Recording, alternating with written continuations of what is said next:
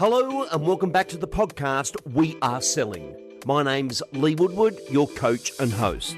This program is supported by Agency Portal, one platform with 6 powerful tools. This platform is now saving 7 to 12 hours of administration time per listing. It has 2 outstanding finance products allowing you to win business, even allowing commission on exchange. AML is completely inclusive of the platform, and the signed product acts as your doorway to activating the property. AI is driving the real estate experience, and the Agency Portal is delivering that platform. Let's cross to this week's podcast. Hi everyone, and welcome back to the podcast, We Are Selling. Today I'm playing an interview from Reaching Out. Reaching Out is the brand new podcast that was done with the best of ARIC, 12 of our best speakers and 3 from the UK, all for the charity from Hands Across the Water. That link is in our show notes, and I urge you to click on that and listen to that very different experience. Steve Carroll was the mastermind behind the entire production, and to get a lineup like that together is near impossible. Whatever you donate, it will send the program to you, and it's absolutely outstanding. To give you proof of that, I'm going to actually cross to the Tom Hector interview that was done on Reaching Out. This is just one interview of the 15 that will blow your mind. Please welcome to the podcast Mr. Tom Hector from Harris Real Estate in South Australia. Tom, welcome aboard. Lee, it's great to be here. Now, Tom, just for our listeners in the UK who haven't had the opportunity to hear you speak before, you've done some incredible things in your career, but let's go back from the beginning before we hit our topic today. How did you get into real estate? Graduated school in 2008, grew up in the northeastern area of Adelaide, and actually was not going to complete my Year 12 tertiary education. I was going to finish in Year 11, but my parents, under some big scrutiny, said you have to complete Year 12, even if you don't get a TER, which is a tertiary education record. So I ended up getting a TER of just under 80. But interesting story, I was actually going to become a plumber. So I was doing a vet course in Year 11, but then a program called Auction Idol in 2008 was happening at my school at Ross Trevor College, and I actually thought, you know what, why not I give this a punt? And I was fortunate enough in 2008 to win that competition against 24 other people throughout South Australia.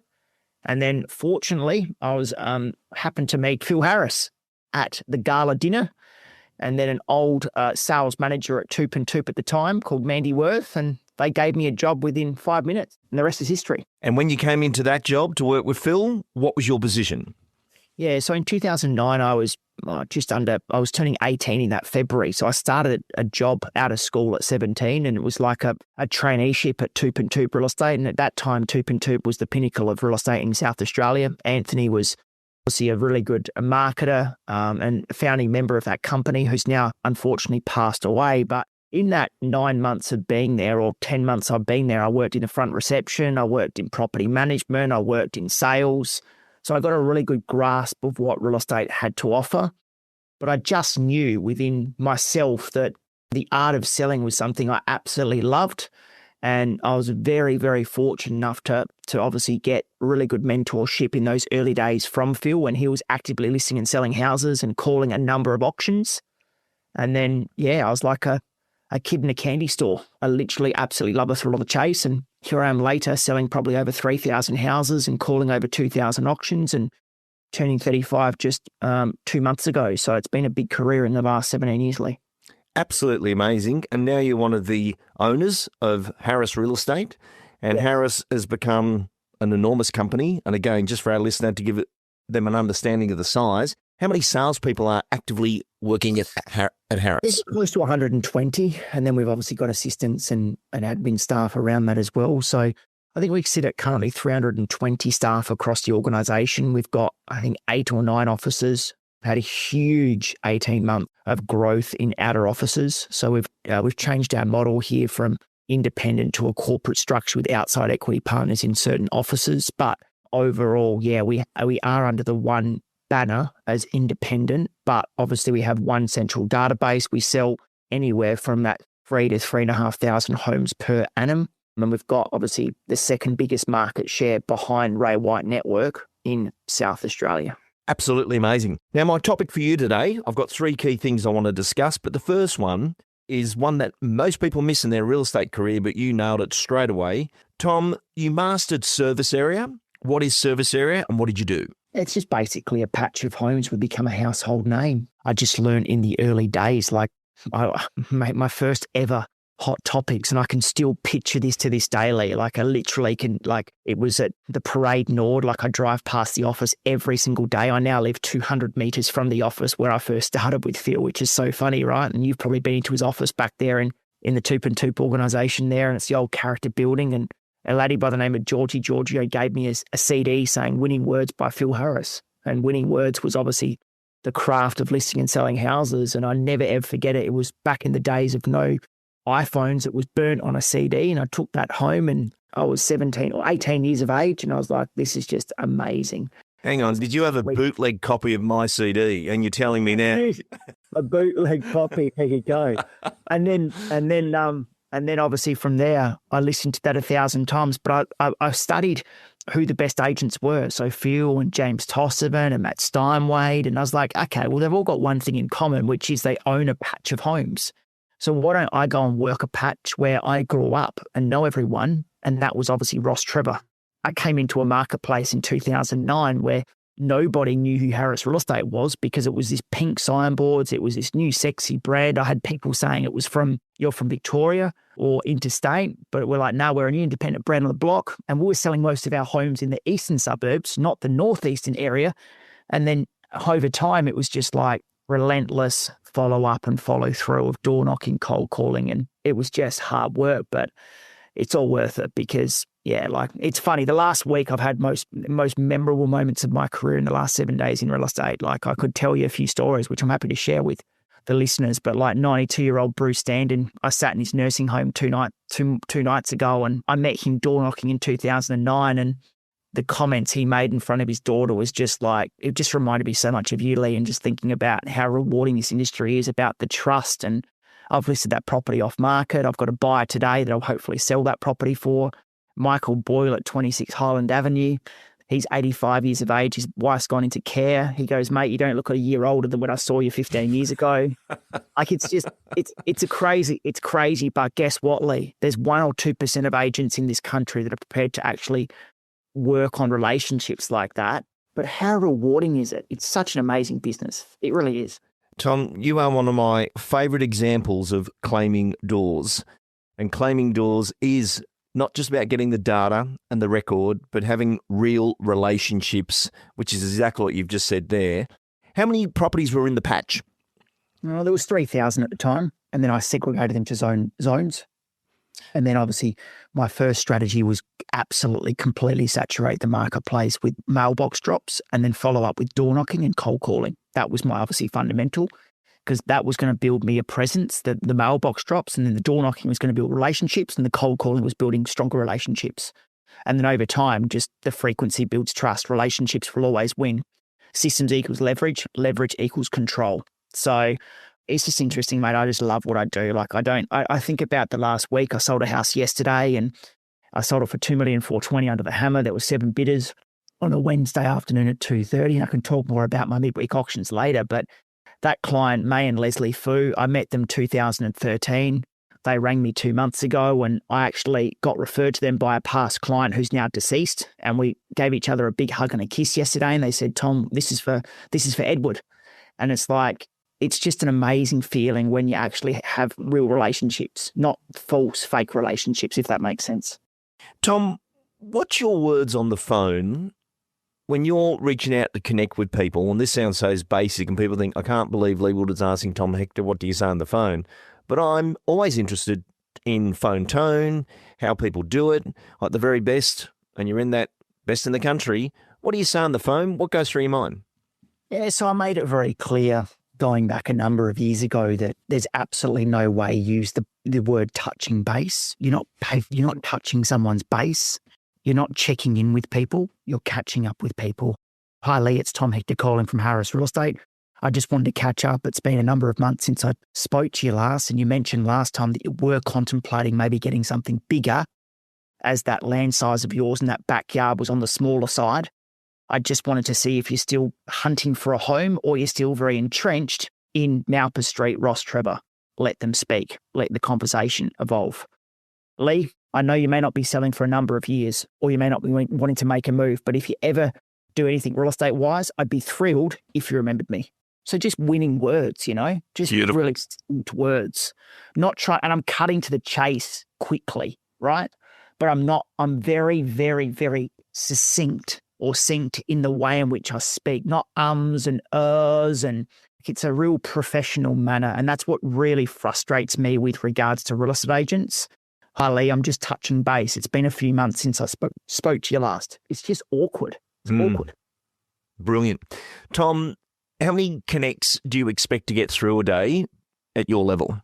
Not being arrogant now, I don't really need to chase people all that often. I ring my hot sellers list. I might make 10 to 20 connects depending on my day. Like today, I've got a crazy busy day, 3 market appraisals tomorrow. I work less on Fridays now, so it's such an attraction business. I've got a strategy at the moment. We've spoken about this previously, Lee. I want to do between 80 and 100 sales, but I want to obviously grow my average fee to that $25,000 to $30,000 mark. It's currently sitting at just under $18,200. So it's getting there. My analogy is now work with better people and fewer people for better reasons. So I'm very diligent on the way in which I give out leads. So I've got 3 junior agents, or like side benchers, as you call them. I don't know, what's the exact word you call them? Leverage agents. Leverage agents. So I've got 3 leverage agents, and I give away at least 5 to 7 appraisals a week to my team. So if I was actually dialed in, I'd be doing a lot more, but then I'd be spread myself thin across Adelaide. So it's very selective, and I'm working, obviously, trying to get higher end properties, and I'm building a real presence. No one has ever mastered what I've done in Adelaide. No one's running price guides and doing auctions midweek north of $2 million, because the gap between the buyer and the seller, as you can probably appreciate, is very high in that vicinity, and no one wants to tell the truth. Everyone in this business lies. It's disgraceful. It's very, very, that's the only thing that I don't appreciate about this industry, is the games and the lies about being honest and upfront versus just doing the listing at all costs to win the business. Tom, you're a great example of nothing real can be threatened. When you're doing it with the integrity that you are, to not muck people around. You and I have had a conversation about sales prevention officers before. Salespeople prevent people from buying or selling because it went on way too high, that the buyer's not getting the right information. That is not real estate. Whereas what you're doing is perfect, which brings me to point 2 of this interview. Tom, how did you structure your team? You, such a dedicated solo agent who reached capacity very early, but you came from a team-based environment, working with Phil and Georgie. So this replication of the effective business unit SEAL team, as I call it, is what you've done really well. How's the Tom Hector team structured today, Team Hector? I think at the end of the day, if you're not prepared to make the phone calls and do the hard work, right, there is absolutely no point in growing a team. That's my analogy in life. Unless you want to go out there and list and sell lots of properties and get to capacity by doing that, you're never going to be able to grow your business. So first of all, you got to get an admin assistant. That admin assistant's purely doing all the running around for regards to variations of contracts, settlement dates, handovers, all the stuff that's non-dollar productive.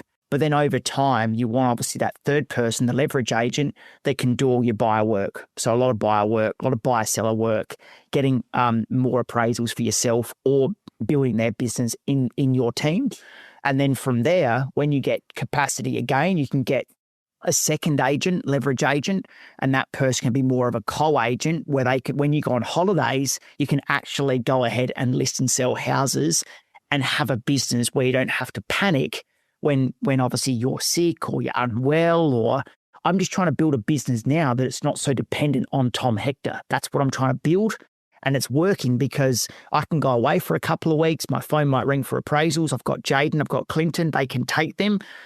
They can list and sell that property. And then obviously when I come back, I can run that campaign. And then when you get to a capacity like we did with about 130, 140 sales, we then put a second called a team assistant. So that person reports into the team manager.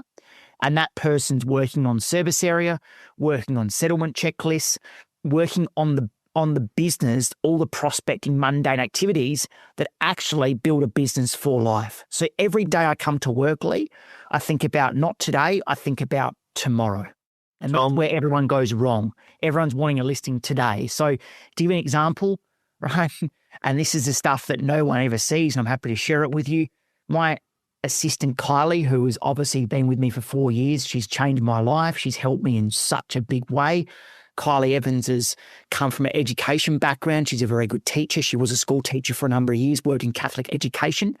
But like I'm sending out between 10 and 20,000, on average, $10,000 to $15,000 of dinner vouchers per year. I'm sending out at least 10 grand's worth of flowers per year. So anyone has a baby, anyone gets married, anyone has a death in the family, flowers go out the same day, right? And then for an example, I bought that guy that bought a house yesterday from me. I got along really well with him. Lovely guy. He's got a house to sell. I may get it, I may not. But you know what? The relationship was so strong. I said, mate, congratulations on buying your forever home. Please enjoy dinner on Tom. Send him a nice restaurant voucher today. You know, so like things like that where you just play the long game and they're like, that Tom guy, he's just a good bloke. You know, he's a good bloke. I'll give him a call. Tom, simple is difficult. The world is overcomplicating everything. And the way you're cutting through, not wasting people's time, but you're actually very deep in community. And one thing people miss sometimes is, are you on the edge of your community or are you in your community? The fact you and I are on this charity podcast today is for the real estate community. It's not for anything else. And you've just nailed it on a residential community connection. Point 3 that I want to go into is, and you sort of covered it, but I want to ask it. Tom, you did the hard yards. You were beautifully nurtured and mentored right through to being a team leader, which is your leadership role today. It's quite strange for me because you've grown up in front of my eyes. I met you as a kid on reception. And then, you know, you've done the complete salesperson course. I wouldn't know how many times, but you've done it so many times. But you've always, like the great Stu, go back and let's get the simple sequence right. Let's get the simple sequence right. Everybody else is looking for something in AI to fix their world for them. You don't have to do that when nothing real can be threatened. You've got the sequence. Tom, what's the focus for the future? Because you've sort of achieved so much. What interests you now? Probably the most interesting thing is working with just fewer people and having really strong relationships with my clients in relation to, like I mentioned before, getting that middle to upper market, consistently selling a number of nicer homes. Like, it makes me excited to get properties presented in the way in which I do, and people gravitate towards that. So I've sold 2 homes above $2 million in the last 2 weeks at auction, and we spent 6 weeks getting them prepared. But the way in which I've dealt with the buyer and the seller has been so rewarding. I've got the most emotional buyer and I've got the most amazing sellers. So for me now, it's just really, that's fulfillment for me. Fulfillment is the preparation. It's the journey to get the house ready. It's the journey to get it a great result. And again, just working with beautiful people. Like, I'm very, very, very upfront. If people are not educated on the price and they're way overpriced, they're not motivated, I'll just give that listing away, Lee. I'm more than happy to walk away now because I know my phone's going to ring 3 times the next day. So fulfillment for me now is more so working with fewer people, enjoying the journey. Sure, there's always going to be challenges. Absolutely. Nothing's easy. There's always going to be buyers wanting to obviously be difficult and vendors. But at the same time, if I can sell less properties and have more time and attention with those clients, that's obviously going to be fulfillment because I've done my journey of 200 plus sales. I don't enjoy that because I say this to my team. We did Monday Market Pulse in the company, and I spoke because I do it once a month, maybe on behalf of Phil and Tim here at Harris Real Estate. And I spoke about 2 fundamental factors. In life, there's 2 factors you will never, ever, ever, ever get back. Number 1 is time, and number 1 is your health. The rest comes and goes. So how do you get more time and how do you get your health back? You got to have better systems.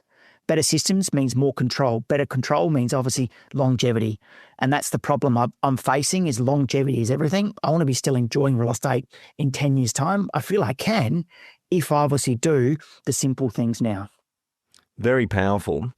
Tom, your price improvement programs, this 6-week preparation example you've just mentioned, it's so good to see people doing this properly versus you're surrounded with agents with low fees who say you don't need all that, you don't need all that.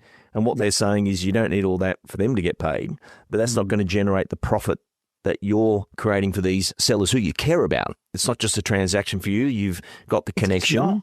That's exactly right, Lee. It's not about it. It's not about that. It's about like having, like I actually say this to my clients all the time, Lee, I'd rather walk away from your listing today knowing that I can sleep at night, knowing I've told you the truth.